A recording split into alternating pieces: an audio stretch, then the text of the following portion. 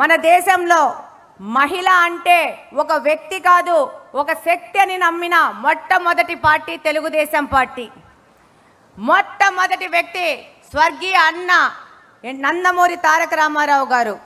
మహిళల సంక్షేమం మీద చేసే ఖర్చు అనేది ఒక ఖర్చు కాదు, అది దేశ భవిష్యత్తుకు చేసే పెట్టుబడిని గుర్తించిన ఒక విజనరీ లీడర్ మన నారా చంద్రబాబు నాయుడు గారు. మహిళా సాధికారత అంటే విద్య వైద్య రంగాలలో, విద్యా ఉద్యోగాలలో మహిళలకు కొంతమేర అవకాశాలు కల్పించి మహిళలకు ఆర్థికంగా రాజకీయ స్వేచ్ఛలతో పాటు ఆలోచనాపరమైన స్వేచ్ఛా నిర్ణయాలతో స్వేచ్ఛ గౌరవం ఉండాలని నమ్మిన వ్యక్తి మన యువ నాయకులు నారా లోకేష్ గారు. ఆ రోజు అన్న ఎన్టీఆర్ స్థానిక సంస్థలలో 9% వాటా కానించి, ఆడపిల్లలకు ఆస్తి హక్కు కానించి, ప్రభుత్వ రికార్డులో తండ్రితో పాటు తల్లికి కూడా పేరు రాయాలనడం కానించి, మొట్టమొదటి మహిళా విశ్వవిద్యాలయం ఏర్పాటు చేయడం కానించి, వితంతు పింఛన్లు కానించి, మహిళా డైరీ సహకార సంఘాలు ఏర్పాటు చేయడంతో మహిళల ఆత్మగౌరవాన్ని, విద్యా సంక్షేమం, భద్రత మరియు ఆర్థిక స్వాతంత్రాల పట్ల అన్న ఎన్టీఆర్ గారి యొక్క నిబద్ధత మనందరికీ తెలుసు.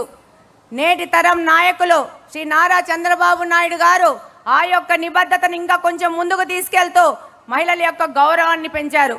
దేశంలో తొలి దళిత స్పీకర్గా శ్రీమతి ప్రతిభాబాతి గారిని నియామకం కానించి, స్థానిక సంస్థల్లో ఉద్యోగాల్లో మహిళలకు 33% రిజర్వేషన్ను పెంచి మహిళా కమిషన్ను ఏర్పాటు చేసి, ఏదైనా పేదలకు ఇల్లులు ఇవ్వాలంటే అది మహిళ పేరు మీద ఇచ్చేటట్లు మార్పు చేసి ఈరోజు రేషన్ కార్డు కూడా మహిళల పేరు మీద ఇస్తున్నారంటే మన నాయకుడు నారా చంద్రబాబు నాయుడు గారి మహిళల మీద ఉన్న నిబద్ధతే.